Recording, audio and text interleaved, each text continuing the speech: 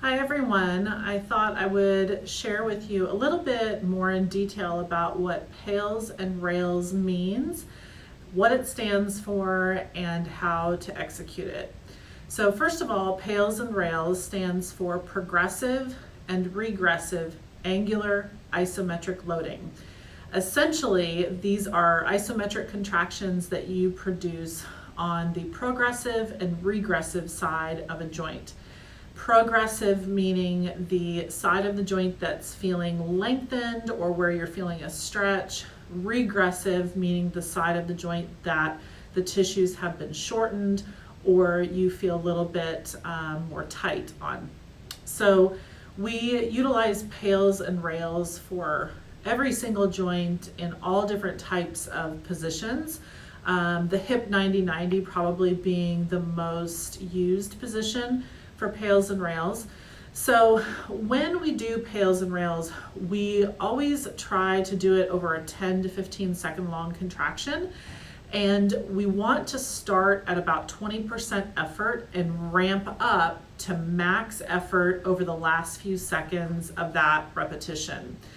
Generally, when I program PAILS and RAILS, I program a PAILS contraction followed by a RAILS contraction, and then you alternate back and forth between those two, typically for 3 total rounds.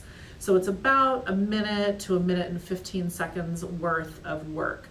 So with the hip 90-90 position, what we do is you'll probably notice in a lot of my exercise prescriptions that I always program you to do a stretch or a hold of 2 minutes or longer first. So with the hip 90-90, you'll have started with the rib cage pulled forward and really trying to lengthen your torso, trying to get a stretch in the back of that leading leg hip, sometimes down into the outer part of the leg.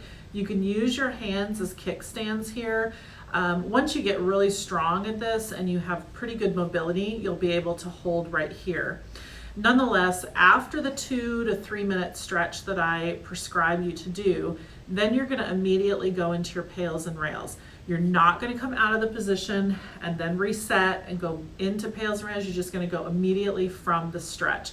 There is a physiological purpose behind that, mainly being that we have prepared the tissues and now we want to take advantage of that preparation by going straight into the isometric contraction.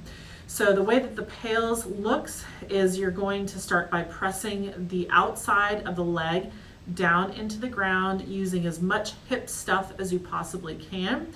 We start at 20% effort, you build up to 40%, ramp to 60%, 80%, your leg starts to shake about this point, and then 100%, give it your max effort, really trying to smash the outside of the leg into the ground for 3, 2, 1. Now we go into our RAILS contraction. This is all of the inner thigh stuff. Think about kind of pulling the stomach down into the inner thigh, even thinking about lifting the ankle off of the ground. I can't actually lift my leg up off of the ground, but I'm trying my hardest, and you'll hold that there for another 10 to 15 seconds.